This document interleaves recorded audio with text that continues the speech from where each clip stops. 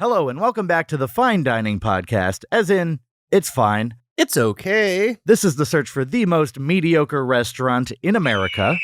I'm your host, Michael Ornelas. And I'm your host, Garrett Zwerk. And we're on a mission to find the perfect 5.000 dining experience out of 10 at these chain restaurants that we grew up knowing, loving, eating at, and... Yeah, these were top shelf, fancy dining for us. They were still, to me, always middle shelf. I knew what they were. I accepted them for that, and I loved them, but I don't know. I didn't have the delusions that you had. I don't want to say I had delusions. I just didn't have options. Okay. This was the best available. Yeah.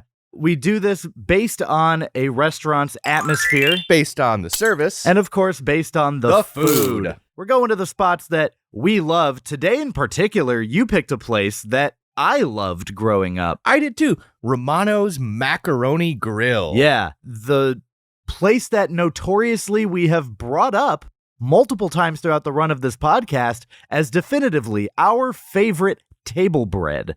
And we're not the only ones. This is a common theme. You see lists of the best table breads and restaurants across America, and Macaroni Grill regularly knocks it out the park. Yeah. Speaking of knocking it out of the park, our Patreon episodes are top-notch.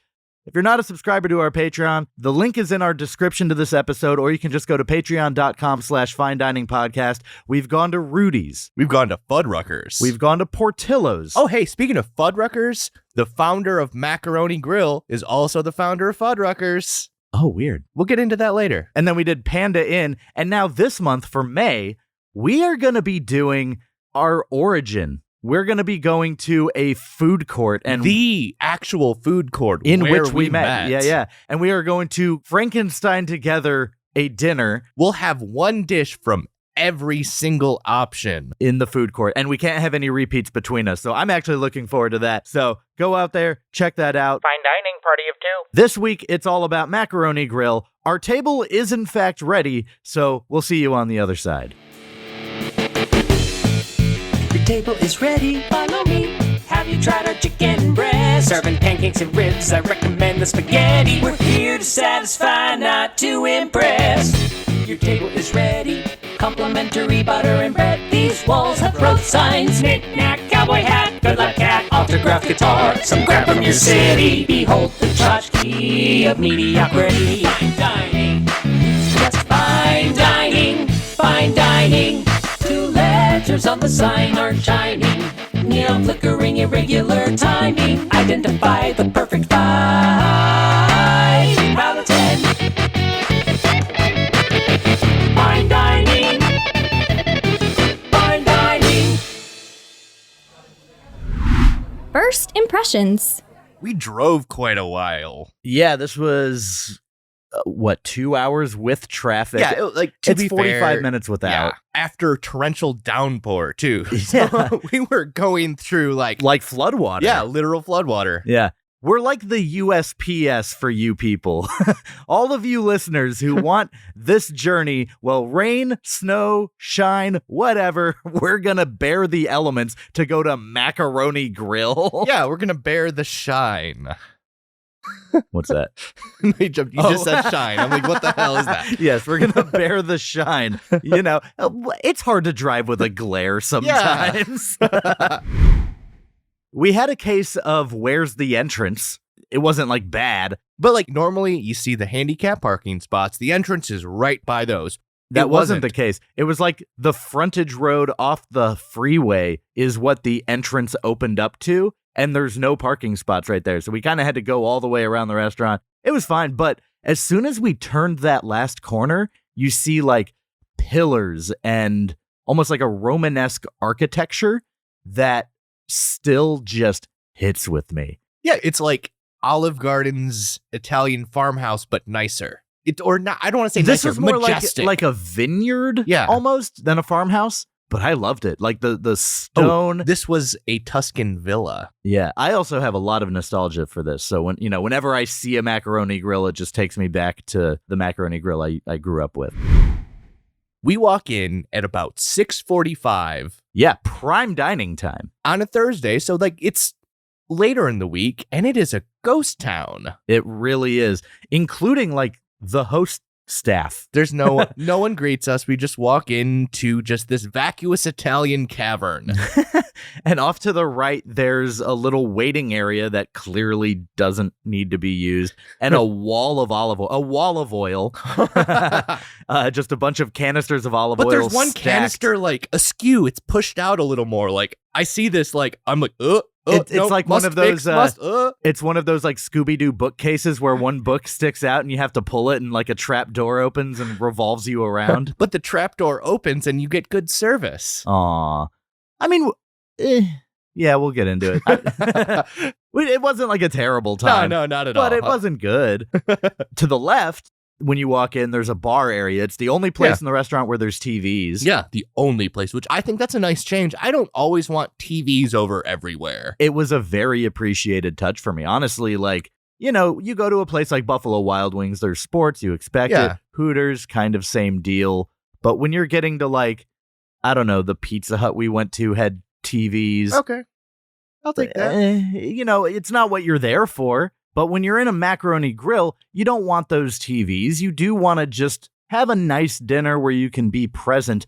Now, the one thing that they did a little bit better than Olive Garden, because Olive Garden kind of undercut themselves with this, there weren't payment machines on the table. Yes, this was classy. To me, those are huge red flags of like corporate cheapness. It's just like you sold out the moment you put a Ziosk. Yeah, like I don't want self-scan inside my restaurant. Yeah.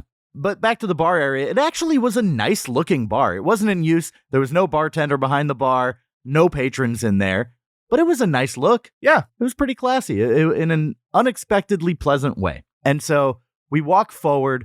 No one greets us. We're looking around. There isn't even, I mean, in the back of the restaurant, there's servers walking by their tables because all patrons were kind of pushed to the back. Oh, we went to the bathroom before anyone even talked to us. Yeah, well, it was kind of like, well, I guess the host is gone, so we both have to pee. We've been in the car for 2 hours.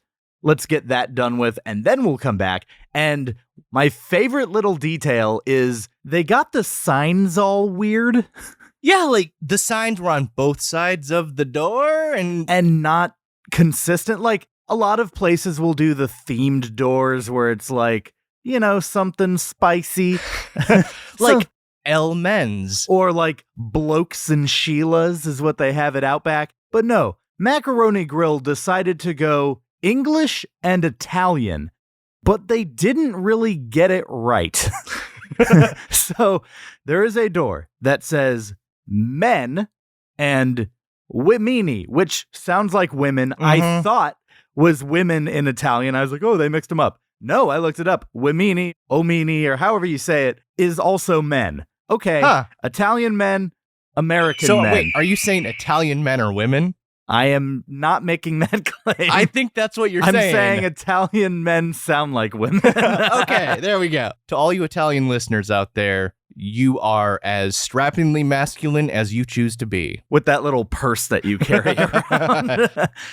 But then, on the inside of the men's bathroom is a sign that says women. So what this tells me so far, Italian men and American men are allowed in this restroom. American women are allowed to leave. Okay, so I don't know how they got in there. Hey, I just woke that woman up that was taking a bathroom nap. Sometimes the floor is comfortable. Now, the party gets a little crazier because on the other door, the women's restroom, it says women in English and signore, which is a different Italian way to say man. So Italian men are just entitled to both restrooms. Oh, wait, so maybe one's Italian man, maybe one's wussy Italian man. Yeah, the masculine signore and then the wimini.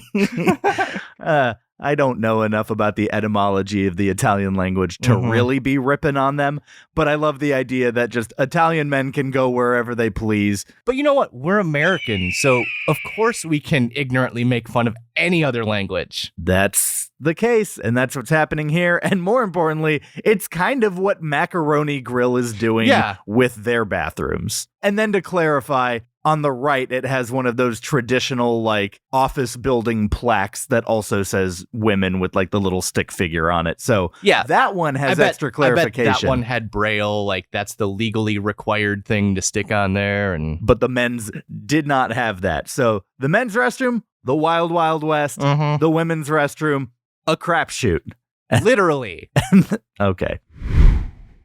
And the bathrooms, they were okay. Yeah, they were clean enough. They were clean, but there was just so much water on the sink counter, which is a pet peeve of mine. At least the water wasn't milky like in Applebee's. Yeah, that's true. So we left the restroom, went back to the front, and even still, the host was very slow to kind of notice us. She eventually did, took us to the back. Now, Garrett, there was one distinct difference about how we were presenting ourselves. You know, you and I, we're lords of mediocrity. We live, sleep, eat, breathe mediocrity. I dress mediocrity often. The amount of times I'm wearing sweatpants, I know it's unacceptable, but I like to be comfortable. But not on this day. On this day, we dressed to the nines. Yes. Garrett. We were came in suits, ties. I had a vest on. and it gave this impression that we are too fancy to be seated at a table with paper over it for coloring. Yes. So she walked us right back to a booth, and like in a hyperventilative panic, I was just like, can we go there? She's And like, then I'm like, yeah, we're adults. We want to color.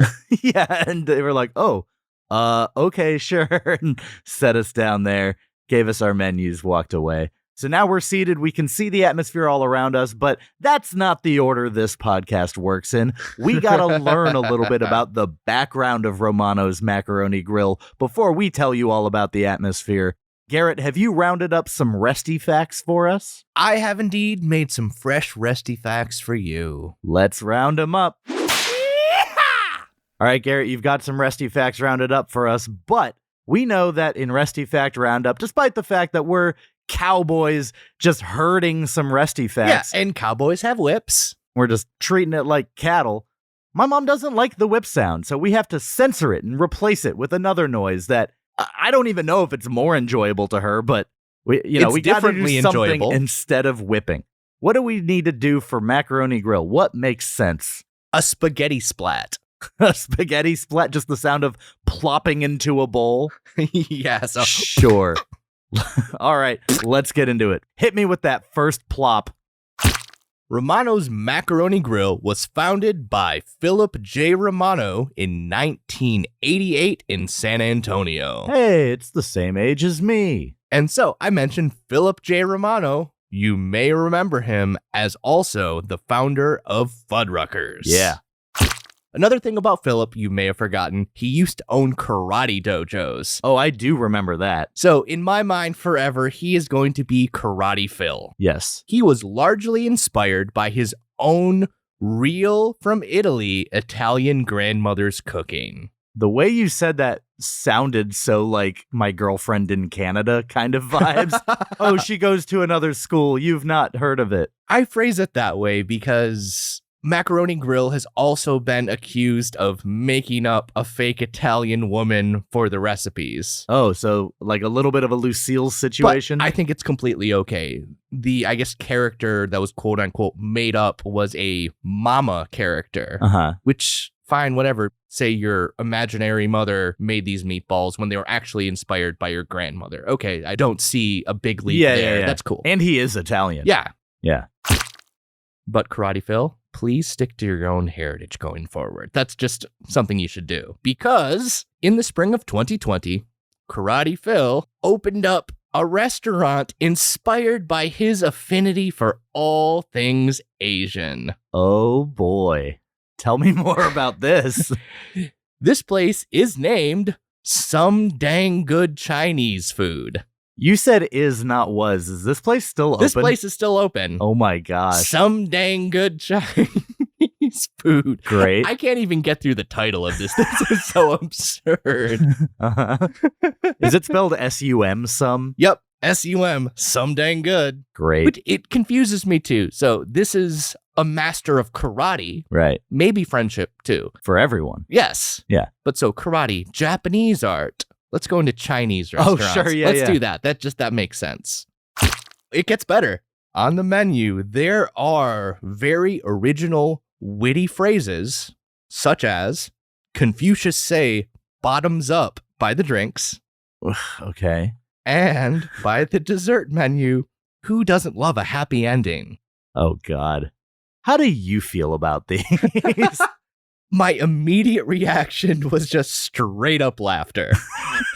I read this, I'm like, this happened in 2020. Yeah. And was kind of just brushed under the rug because we had other shit to deal with in 2020. Oh, it wasn't even brushed under the rug. It got called out immediately. Yeah. And those phrases are no longer on the menu. Aw.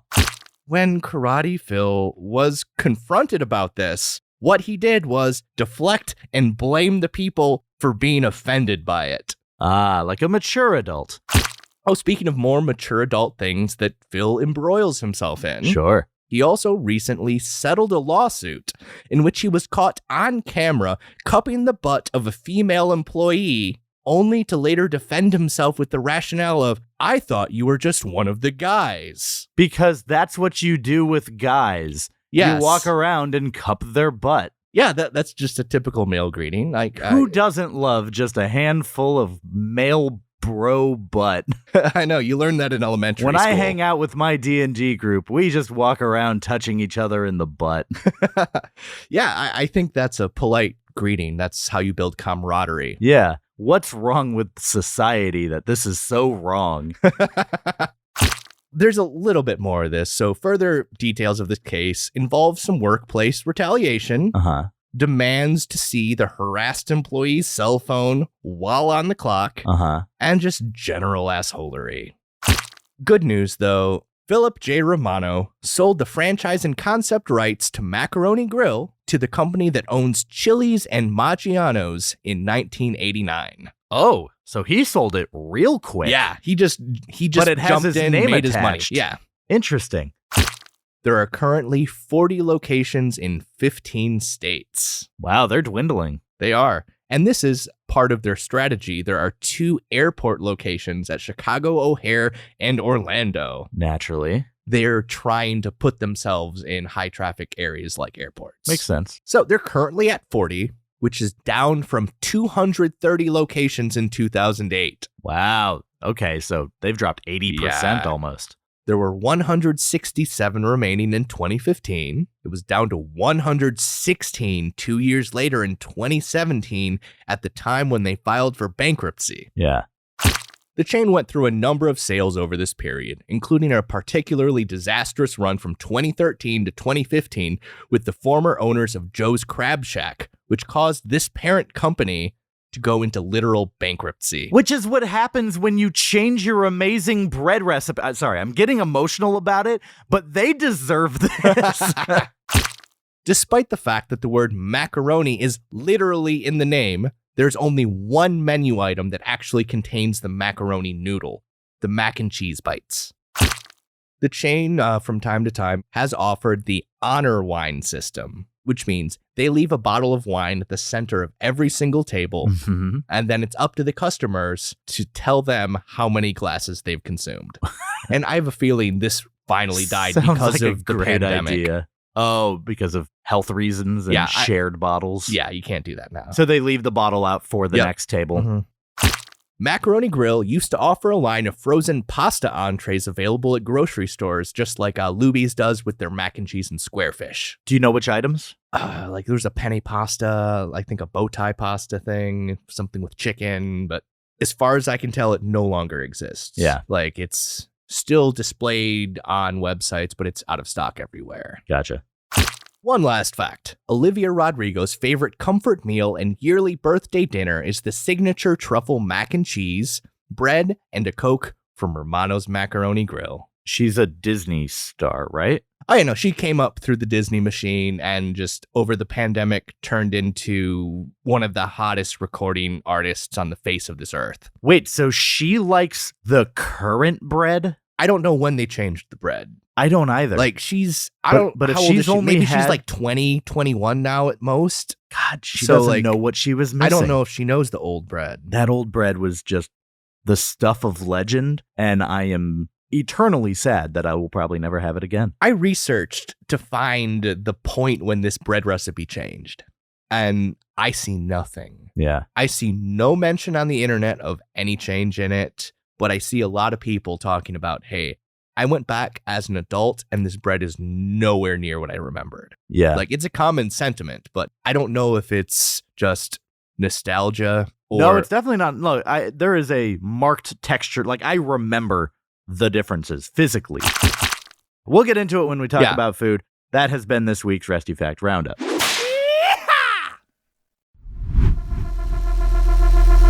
Atmosphere. They had a lot of wine mom energy decorations. If you looked at the table behind me, there were like, we didn't get a picture because there was a couple eating there. And if I would have taken a picture, it would have just looked like I was taking a picture of them. But there were signs that had the energy of like, it's wine o'clock. All you need is wine. Like, you know. And there was one sign that just said eatery. Yeah, there was a sign that just said eatery.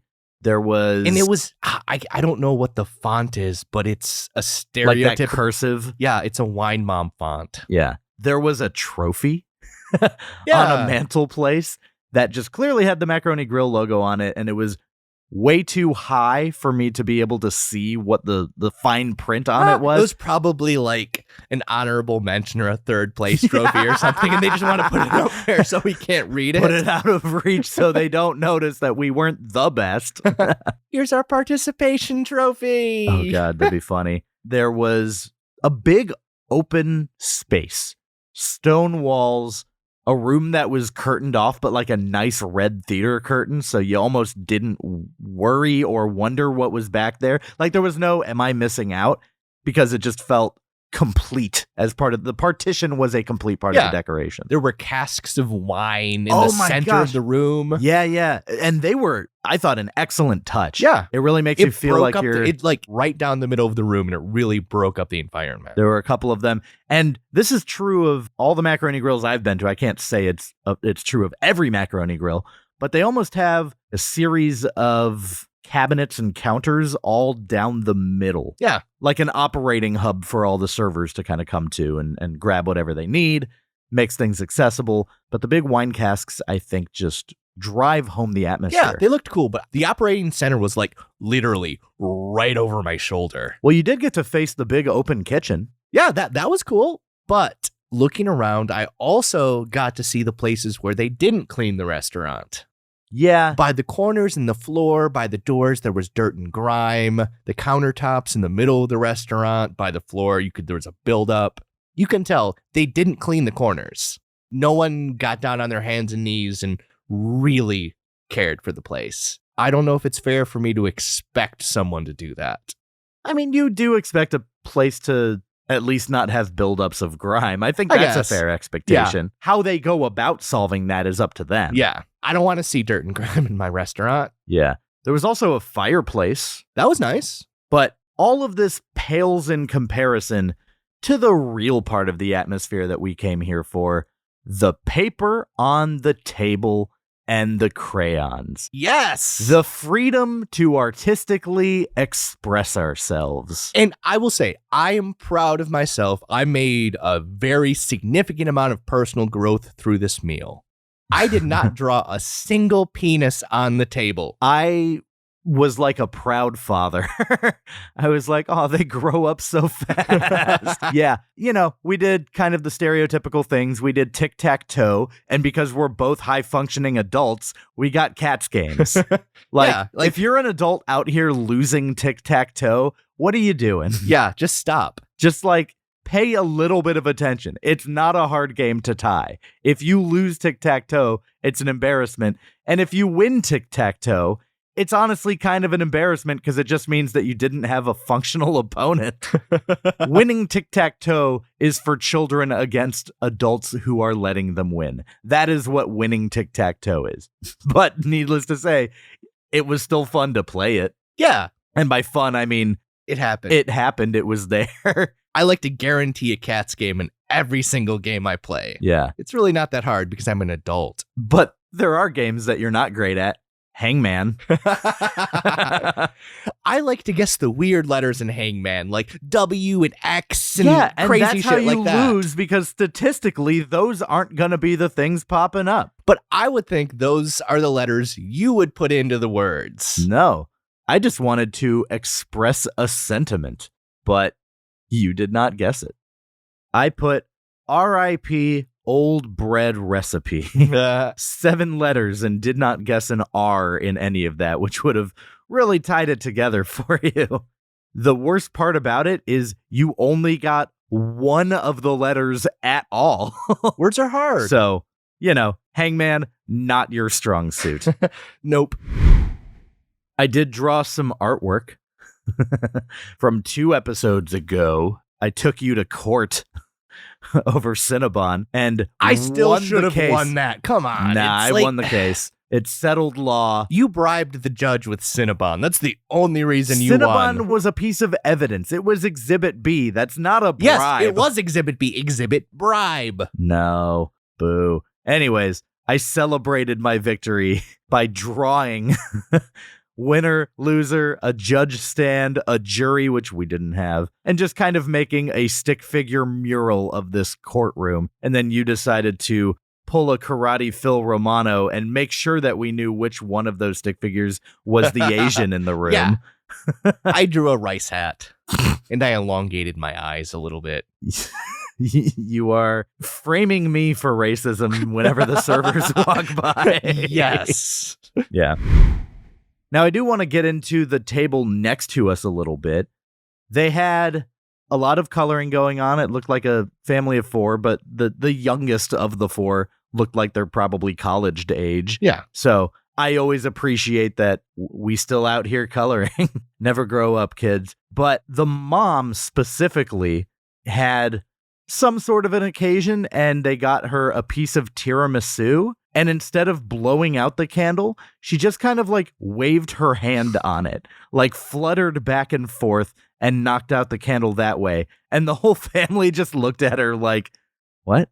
What was that? Like the husband was literally filming it and he just kind of looked at her like, huh? Yeah. Which I just thought was kind of silly. But in hindsight and thinking about it, I realize that's a great way to not get your germs all over a dessert that you're about to share with people. So huge props to the mom of this celebration family. Just waft out the candle. Just waft it out. Just give it a little wave and no one has to eat your spittle. Ugh.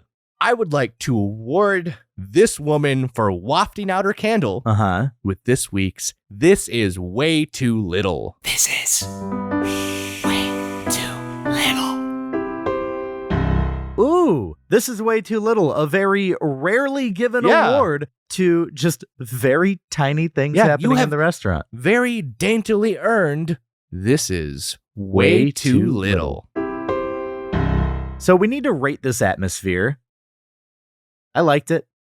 The nostalgia factor weighed in heavily for me, but seeing all the stone, like I love the architecture of a macaroni grill. I love the wood inside. I love the stone. I love the wine casks. I love the ability to color. All these things added up to a net positive. I didn't really see the same grime that you did. The mixing up of the Italian word for women and men on the doors tickled me in a positive way. The wall of olive oil. There's nothing bad I noticed about it. That doesn't mean it's like top shelf. It's not amazing, but I'm going to give it a 1 thumb up. A very confident 1 thumb up. There were good and bad for me. Yeah. It was a cohesive, warm, welcoming atmosphere that was empty. Would you say it was non-offensive? No, I was incredibly offended. Okay. Well, you're the one who drew the rice hat. Damn it, Phil. There was good. There was bad. Mm-hmm. I loved the wine casks. I did not love the dirt and grime around the base of them. Right. They tried to make you feel like you were at home. Yeah. A millennial wine mom's home. Yes. Everything that was good had something that brought it down. So I'm just going to give this 0 thumbs up. Just a flat, no thumb. Flat, safe wine mom home. which arguably an unsafe place to be. When her toddler discovers her Vicodin prescription, that is not a safe home. Oh, God. But hey, that kid's not going to feel pain. All right, moving to the next segment. Service. I feel like our service experience started off with nothing. Yeah, it started off with, is someone going to see us? We came dressed nicely. Like we want to be treated a certain way. We want to be respected members of society, Garrett. That's so funny. And we didn't get it. We got just nothing. There was no one there. No one noticed us. Like, went to the bathroom, came back, and then the host we saw was like around a corner folding a bunch of like silverwares into napkins and stuff, and just kind of looked like, may I help you? Before like getting up and, you know, coming over. But also, like, I think that's the appropriate amount of hustle for an empty restaurant. Well, maybe the restaurant is empty because people typically get that level of hustle. I don't know. Maybe. But took us back to our table. We sat down. As we said before, she sat us at a booth first. Yeah, and we asked to be placed at a coloring table. But this wasn't the only time we saw this hostess. Because partway through, before we had even ordered, she just comes by and asks if she can take our menus. No, you can't take our menus That's yet. not your job. That's what the server does. Once we've ordered, you give them back and then they bring them up to the front. Like, why are you trying to take our menus when we haven't even ordered yet? Yeah. And then the manager came by up to her and almost like immediately was like, no, not these ones. And she was like, well, I checked the other station and there's like none there. And she's like arguing back to her manager. So there's like a menu shortage? I guess there were QR codes on the table for those QR code menus. So during the pandemic, the QR code thing was understandable. Made a lot of sense. Yeah, it was innovative. Good job. But now just bring us back the regular menus. I'm getting sick of this. I feel like I shouldn't have to get my phone all sticky and dirty just to read your menu. Wait, why is your phone getting sticky and dirty? Because I'm eating food. You don't have the food yet. You're using it to order. You have no food yet. I don't have food yet. Good point. Why are my hands sticky? I don't know. This is God. This is a horrifying mystery.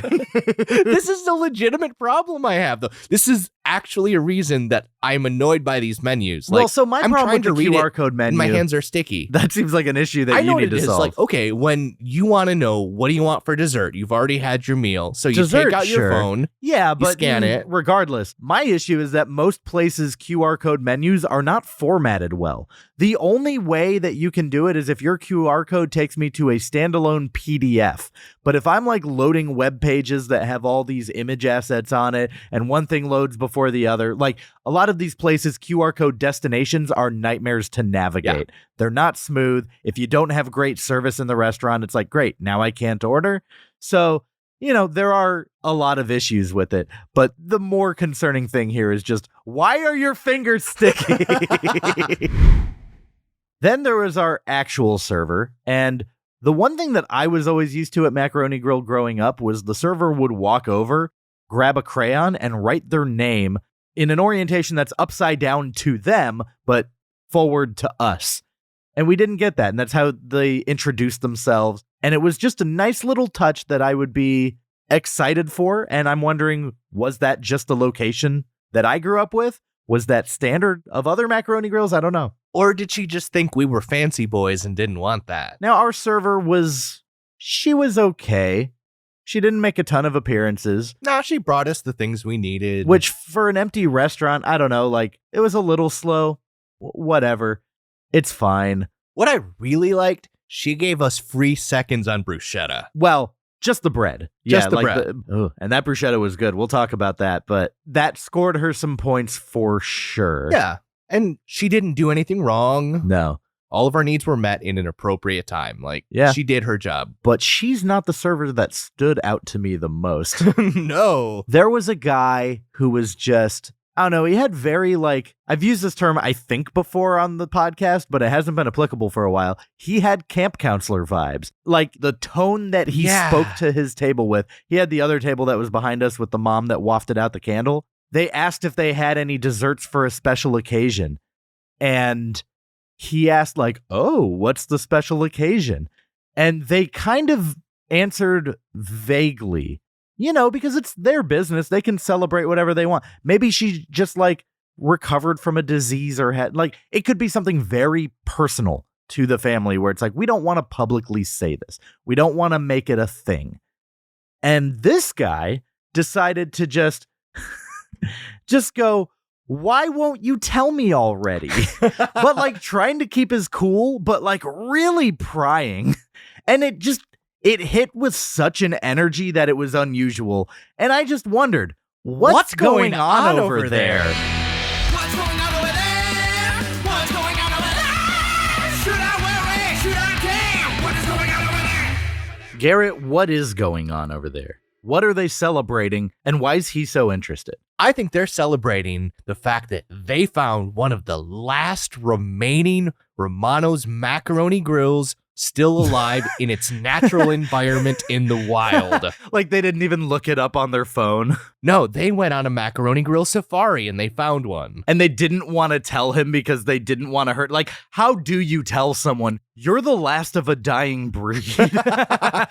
We ventured all the way to Cerritos to find you. Which is funny because there are still 40 something left, but they are spread real thin. I think that's enough to be on the restaurant endangered species list. Oh, yeah. They're like Phil Romano's other project, Fuddruckers, who's still on the threatened species list. But no, these are straight up endangered. And hopefully they don't go extinct. No, we don't want that to happen. We don't want them to become the food edition of Blockbuster. Not at all. That would be painful. But really, these are very kind people. Think Think of the amount of existential dread you would feel if you were suddenly told your entire existence is in jeopardy. And I am here just to celebrate the fact that I found you while you're still here, almost as if your demise is inevitable. Yeah. It'll make you feel like you're in a human zoo. Is Macaroni Grill a human zoo? Macaroni Grill is in fact a human zoo, and this was just a table of kind-hearted individuals not trying to upend anyone's grasp on existence. I think you nailed it, Garrett. I think that's what was going on over there. It's like the Truman Show, but with pasta. What is going on over there? Yeah, I think putting all these elements together, the service for me, I felt like I was left wanting. I felt like the only thing that was a really big positive was the extra dose of bruschetta bread, but it was just a little slow. The stuff with the hostess kind of bugged me at the front. Notice me. Notice me. I wore a suit, damn it. But no, we got noticed with our menus. Yeah, the shiny menu in our hand. I must have it. I'm going to go one thumb down. It's not this adamant I hated it, but it's not good, and I wouldn't call it neutral, so one thumb down. I agree with you in sentiment. I think the experience was closer to one thumb down, but hey, these are endangered species we're talking about. Yeah. And I think they get the endangered species bump, so 0 thumbs up for the service. Munchkin Menu Musings. My name's Audrey and I'm 8 years old. I'm going to be reviewing the kids' menu from Romano's Macaroni Grill. They had a word search. Some of the words were easy. Swimsuit, camera, clothes, hat, jacket, map, toothbrush. I like the word search. Then they had a word scramble. They had me unscramble city names in Italy. Some of the cities were Milan, Naples, Rome, Venice. I didn't like the word scramble. I skipped the part to learn Italian. I had fun doing the connected dots. They formed the Leaning Tower of Pizza. Then on the back they had a maze. It was called It's Pizza Time. I had to get the tomato, the cheese, the mushroom, and the olive, all to the middle where the pizza was. The last thing they had, I could write a postcard from Italy. I wrote it to my mom. It was pretty. Overall, I'll give this menu a score 8 out of 10. It was a pretty good menu. This was Audrey for Munchkin Menu Music. Thank you.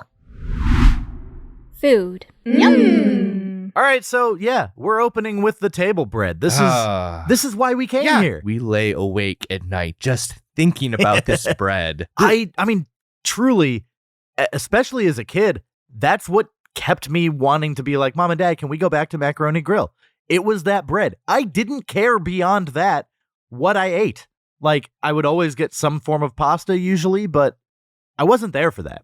I was there for the bread. Exactly. And dare I say, the bread was by far the weakest part of my meal. Overall, I actually enjoyed the food. I did too. But this bread was just a massive disappointment. It was hard, spongy, and just uninspiring. Yeah, the texture of it, because it used to be just this pull-apart bread. You would, as a table, just, someone just, you reach onto the loaf, you pull it off. And so I don't know if this was a pandemic change because it's like we don't want everyone at the table handling the bread. But you grabbed a knife, cut it right down the center, and it just had that like you're sawing into crust sort of feel.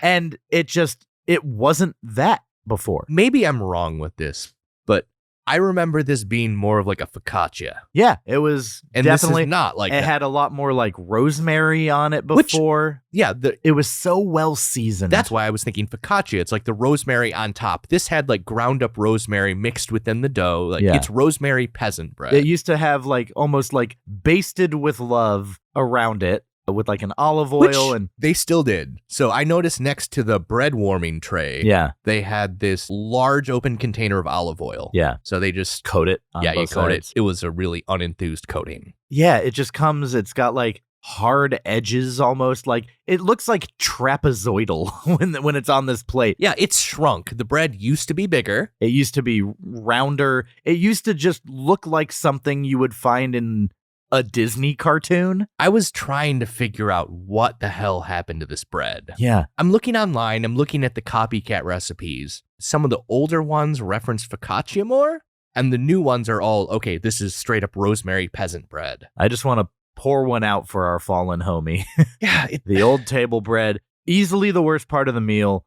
Dry, had like even in olive oil, it was dry. Now the olive oil was great olive oil. Yeah. It's always great. It's always great. But I'm not scoring this thing based on the strength of what I dipped it in. I'm scoring it on its own merits because that's what I would have scored it on before. 4 out of 10 for this bread. And you know what? Part of that is resentment on my own part, but 4 out of 10 for what used to be 10 out of 10 bread. Yeah, I'm with you. I also, an exact 4 out of 10 bread for me. It's dry, lifeless, flavorless sadness. Yeah.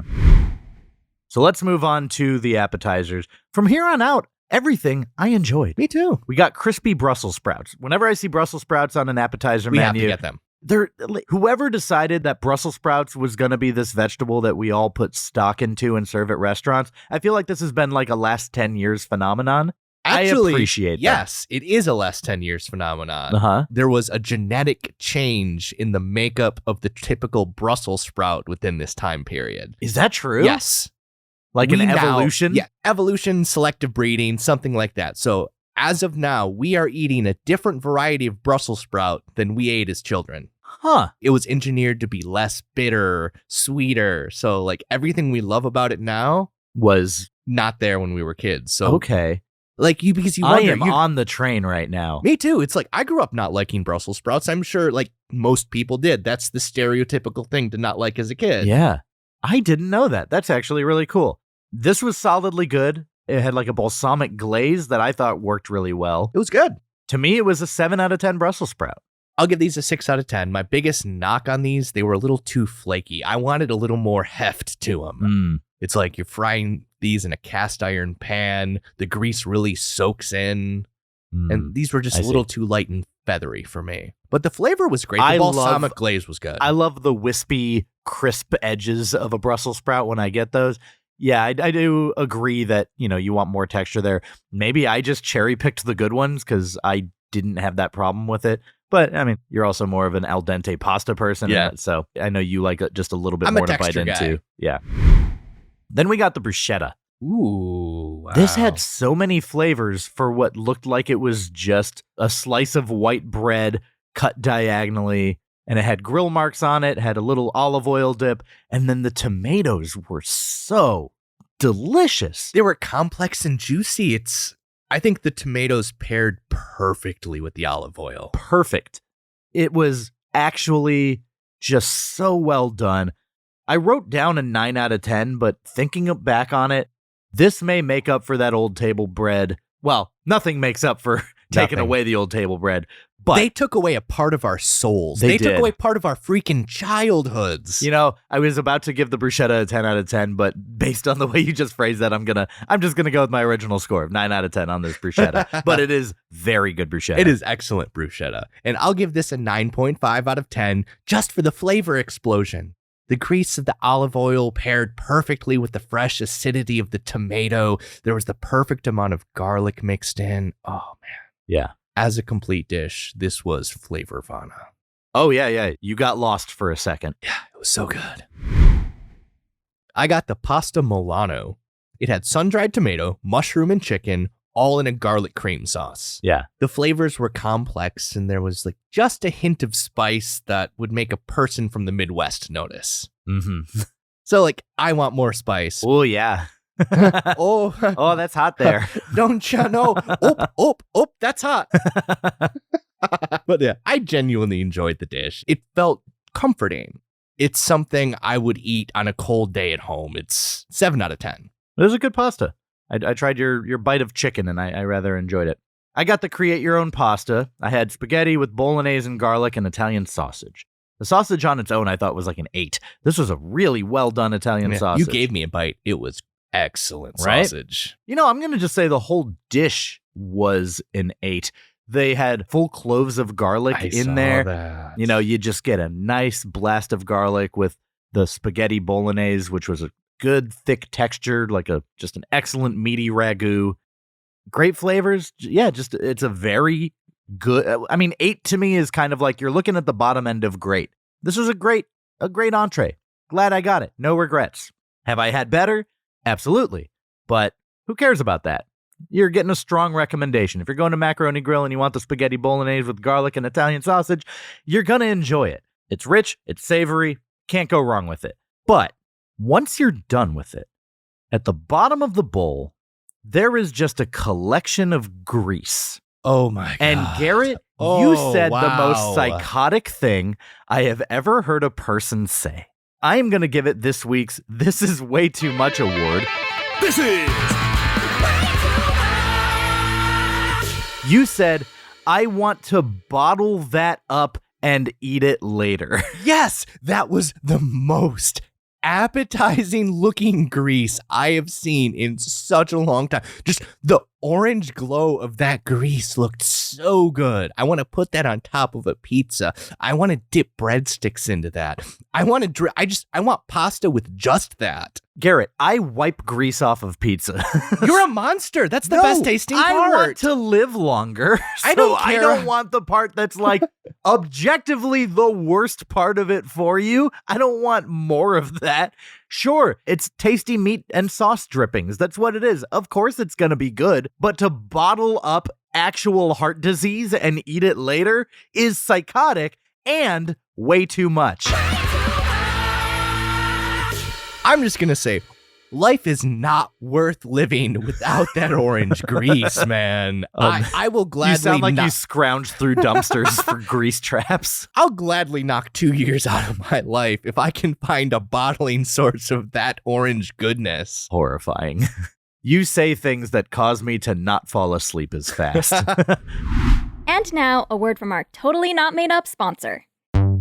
Oh, hi there. It's your favorite sponsor, Job, and I am back with a brand new service for you. Bottling leftover bowl bottom pasta grease. That just screams Job. So if you're a restaurant who finds yourself doing dishes with all this leftover pasta grease and you don't know what to do with it because it looks so delicious and you feel guilty washing it down the drain, hit up Job. And I'm not gonna stop there. There's all sorts of byproducts that I can help you figure out what to do with. Shrimp tails? Whoa. No one will notice if you crush them up real small and put them in your crushed red pepper flakes. Probably won't be as spicy, at least not in the traditional way. What about that layer of film that develops at the surface of the minestrone you left out? Make a kid's day. He can use it as a bouncy ball. Or like one of those sticky hand things. I don't know, I'm just spitballing, but jump's good for the environment. Reduce waste. Find alternate uses for things. So if this sounds good to you, bring me in. Just call me. I don't have a phone, but if you grind up all the crayons on your table into a little rail of shavings, I'm really good at ending up at places that look like they have cocaine.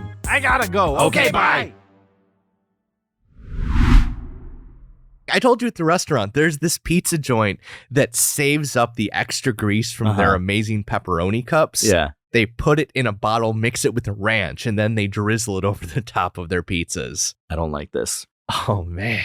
I mean, I'm sure it's tasty. I'm sure it's very tasty, but man, so unhealthy.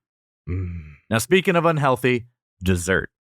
We got the decadent chocolate cake. It was a very rich cake with crispy toffee on top. Those bits were amazing. They were like almost like butterscotchy in taste. Like it had the texture of toffee and the taste of a butterscotch chip.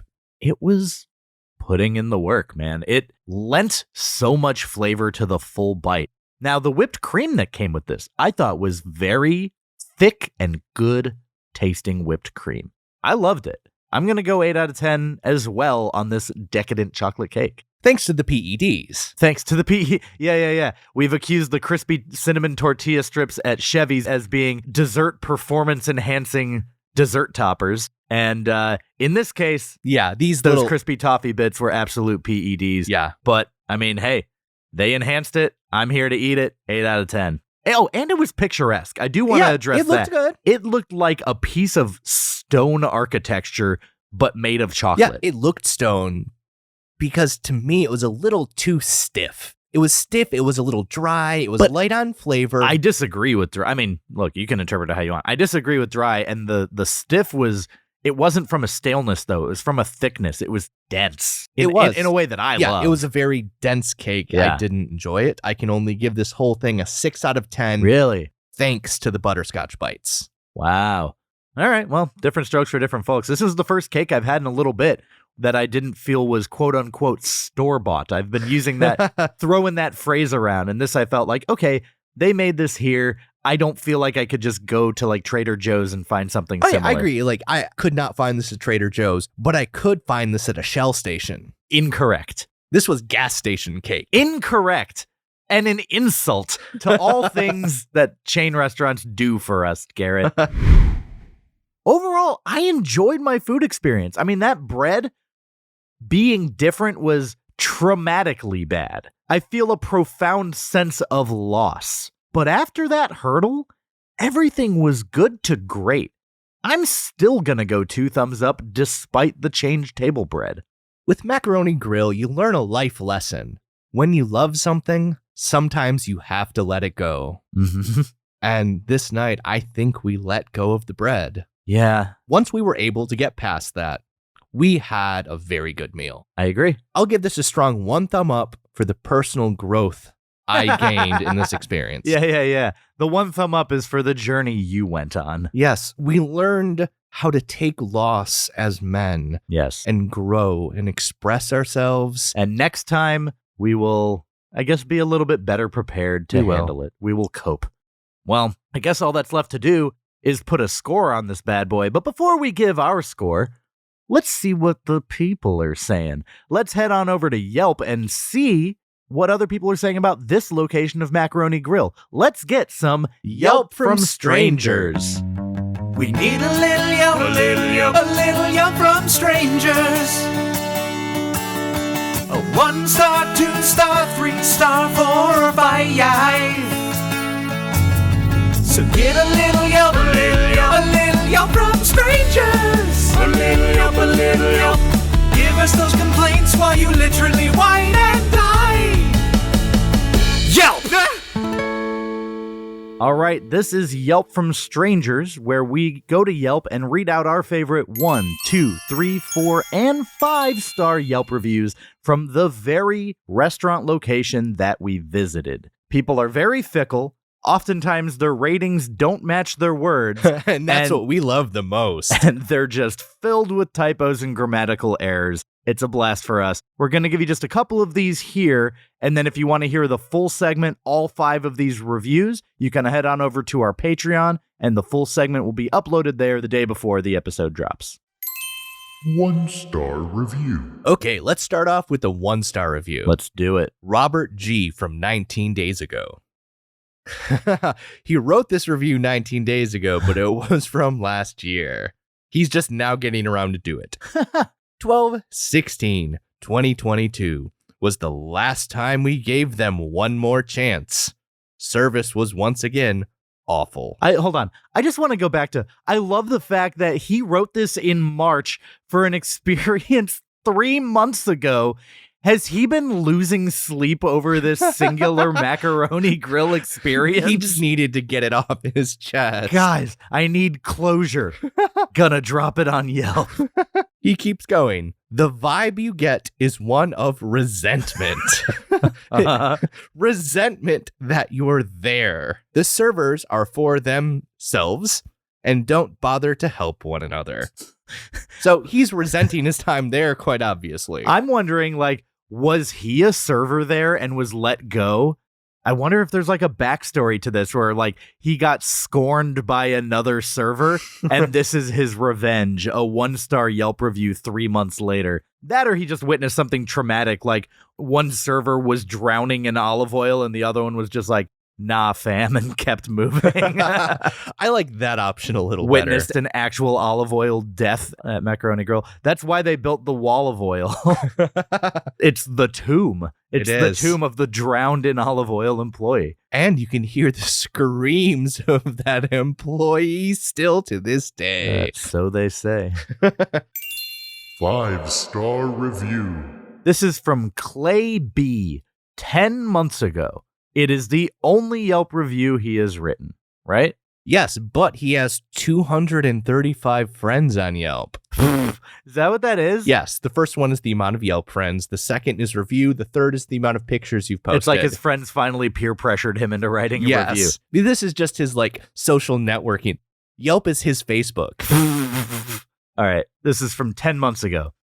I took my first date her last Thursday, and it was an absolute smash thanks to Stephanie. My date was very particular about her order, but Stephanie got it done to every last detail. I like that he's throwing his date under the bus already. She was pretty picky. And I like how he wrote the word smash in all caps as if to allude to something else. Oh, yeah. It was a date after all. I ordered the Rustica and it was delicious. Didn't get to snap a pic of my date's meal. Can't have her think I'm too crazy yet. Ha ha! I also ordered a blood orange combo, which hit the spot perfectly. I scored the second date and won't hesitate to return here thanks to Stephanie and the whole team. This sounds like a guy who's like, oh, I've got a spot that this girl likes, and now every date night he takes her to Macaroni Grill. Oh, did you ever have one of those places growing up where you just took all your dates?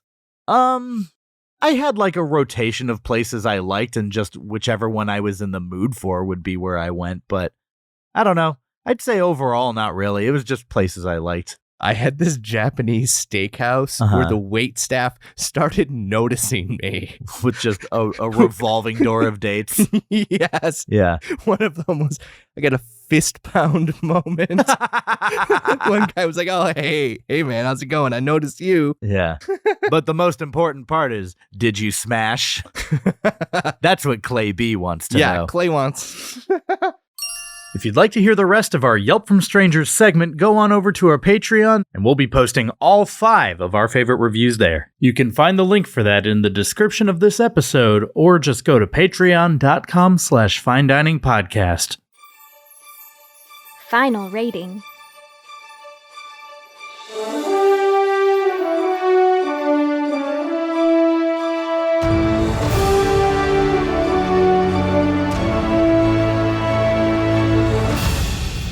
All right, well, we know where the strangers sit. Now we need to know, where do we sit? At tables. We do sit at tables, Garrett. That is an accurate observation. Good for you. You get a gold star today. Yay! Do you have a score for us? Romano's Macaroni Grill is that millennial mom that sells Herbalife on Facebook. Uh-huh. Despite all the hooray for wine, and behind all of the living, laughing, and loving, this place is crushingly depressed, riddled with anxiety, and stuck in survival mode. Uh-huh. It feels like cutbacks and full-on panic now that there are less than 1/5 of the restaurants remaining. Yeah. The dining room was just as empty, the table wine was gone, the pizza was gone, and the bread was barely a shell of its former self. Woof. This chain's company trajectory has largely been an unmitigated shit show, but the restaurant itself is only a disaster of mediocre proportions. Uh-huh. The food is mostly better than you'd normally make at home yourself. Sure. You can draw on the tables, and the staff seem to care to varying degrees. So I'm going to one guy seemed to really care. varying degrees of caring. Yeah. So I'll give this a 6.23, right between Okay, so still in Luby / Panda and Islands. still in a good category, just above mediocre. Yeah, the food really saved this place. Yeah, I mean, the food was good. Okay, I mean, I think that's a fair rating. Yeah. Just that was like a Yelp review, though, where your words had me thinking he's going to go like 3s. And you doubled that. You went in the 6s. I still went higher than you. I mean, bread be damned. This was a good meal Yes, to me. bread be damned. It was a good atmosphere. You know, the service I didn't love, but the service isn't really like the thing at Macaroni Grill. Like, you're not going for the service. You're going for the food. Yeah, I'm going to go 6.54. Okay. Not, It's good. it's good. It's not one of the best places I've ever been, but I'll take it. I'd go back. Yeah, it's more than mediocre. I'd happily go back if I were in the area and I was like looking for something to eat. I could be convinced to be like, hey, let's go back to Macaroni Grill. Sure, I'll do that. So that means Macaroni Grill, you're going up on the tchotchke of mediocrity, our Frankenstein wall tchotchke that you can see on our social media on Instagram and TikTok at Fine Dining Podcast. You can see a picture of this massive scoreboard that keeps track of the running tally of all of our restaurants that we have visited so far. Macaroni Grill, you go up on the tchotchke of mediocrity with a 6.39. Wow. Which is not mediocre enough. No. Not mediocre enough. Draw from the bowl. The You Must Bowl. It is not in the zone of mediocrity. That 4 to 6 range, we ventured too far outside. Garrett, you need to be punished. You Punish need me. to draw. Stop that. I knew you would have that reaction. You need to draw from the You Must Bowl. Okay. This is our bowl of punishments for when one of us chooses a place that does not fall within that zone of mediocrity. Okay, I got What's one. it say? From Mark Danger. Oh, we have one from a listener. Yes. Nice. Thanks, Mark. You must become the physical embodiment of the next restaurant pick. So, I don't know what that means. I guess if this were Hooters, would I come in an owl costume? Or would I, just come really sad? Oh, that makes sense. All right. Well, whatever our next restaurant pick is, you need to embody it. So we need to figure out what that next restaurant is going to be. So we have a little game that we like to play to determine that. We need to play, Garrett, the headline game. The rules of the headline game are as follows. Garrett will present 3 headlines to Michael that include this week's restaurant. They can be made up, or they can be actual headlines. If Michael can correctly guess if at least 2 out of 3 are real or fake, he will get to select next week's restaurant. However, if Garrett stumps him, he'll select again. Are you ready to play, fellas? I am ready to play. Okay. Every once in a while, I manage to find a theme for these. Yeah? And this is one of those weeks, and I'm elated I found this. Oh, God. Headline number 1. Rodent activity found at Romano's Macaroni Grill in Boca Raton. I'm going to say false. I don't know. I think the phrasing, not the concept of it, but the phrasing of it, I think false. Rodents and bokeh. That's just fun. Okay, second headline. Check this out. Woman discovers rat tail in macaroni grill pasta in viral video. I'm gonna say true. That's horrifying. From rat to rat tail. Yep. Oh no. All right. Third one. Romano's Macaroni Grill in Stockton permanently closed after health department uncovers rodent problem. I mean, that sounds like a thing that would happen, but I'm sure they would also have other things that would shut them down, not just that one. So, I'm going to say false, I think. I don't know. I'm unsure about that, but I'll say false. The first one, rodent activity found at Romano's Macaroni Grill in Boca Raton. You said false. Uh-huh. That one is true. I picked it because it sounds so good. Yeah, of course you did. All right. Second one, check this out. Woman discovers rat tail in macaroni grill pasta in viral video. You said true. Yeah. That one is false. No! Oh, I made it up. You got me with the check this out. Exactly. Oh, man. That sounds exactly like every single viral video post. Was I correct in the last one? And the third one, Romano's Macaroni Grill in Stockton permanently closed after health department uncovers rodent problem. You guessed false, and that is indeed false. Yeah, but 1 out of 3 means nothing. No. I lose.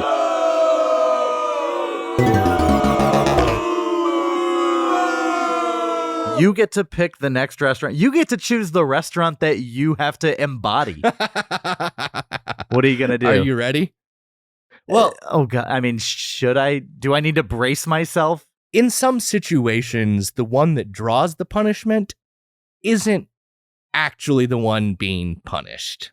Uh-huh. So, you know what? I'm going to make this your problem this week. I am going to become the physical embodiment of Jimmy Buffett's Margaritaville. No! Get ready. I don't want to babysit drunk you. I am going to be wasted away in Margaritaville. I Get hate ready. this. I hate this so much. Oh my God. All right. Well, we didn't find the most mediocre restaurant in America with Macaroni Grill. Maybe it'll be Jimmy Buffett's Margaritaville next time. We're going to have fun. I'm going to be so upset for just however many hours we're there as you're just boozing it up.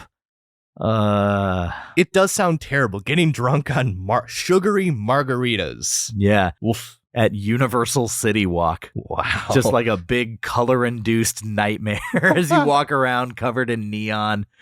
Yeah. And maybe vomit. We'll find out. Yeah. Maybe you'll impulse buy a Cinnabon on the way out. Oh, yeah. That's how you feed a tequila binge. Yeah. With Cinnabon. Yeah. I'll just do some frosting shots after the tequila. You would if you want to would. bottle up grease. God, you're such a psycho. All right. Anyways, that's been it for this episode of the Fine Dining Podcast, the search for the most mediocre restaurant in America. We did not find that perfect 5 out of 10, but the journey does continue. Currently, sitting at the most mediocre we have is Applebee's at 5.02. But we know we can do better. We can get that 5.00, right? We can do it. So we're going to keep looking. Follow us on our social media, Instagram and TikTok At Fine Dining Podcast. Lots of fun videos. And if you want to see the videos of Garrett wasting away in Margaritaville, as he so eloquently put it, that's where you got to go to check it out. And I'll just say this right now. Sober Garrett cannot make promises for drunk Garrett. Drunk Garrett is his own person. I don't want to meet him. If you have a problem with I've never met Drunk Garrett. You haven't, but you will. And if you have a problem with Drunk Garrett, you have to take it up with Drunk Garrett. Oh, God. We're going to end up in an actual fist fight. It's going to be so awkward doing a podcast a couple days later with the black eye. Well, thanks for listening. We didn't find it. The search does, in fact, continue. We'll see you next time. Have a fine day. The search continues. We still need the perfect 5. The search continues. like and subscribe.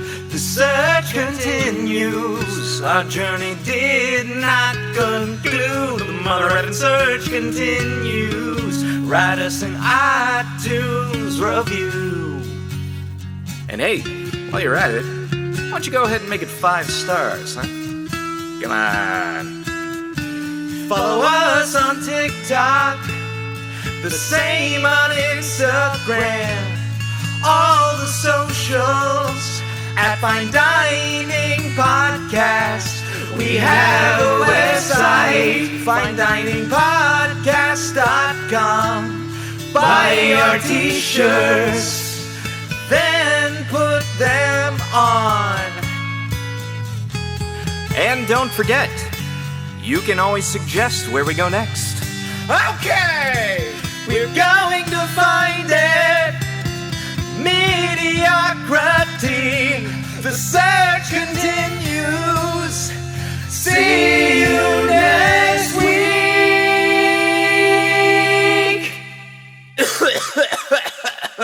Hurt my throat a little. Have a fine day.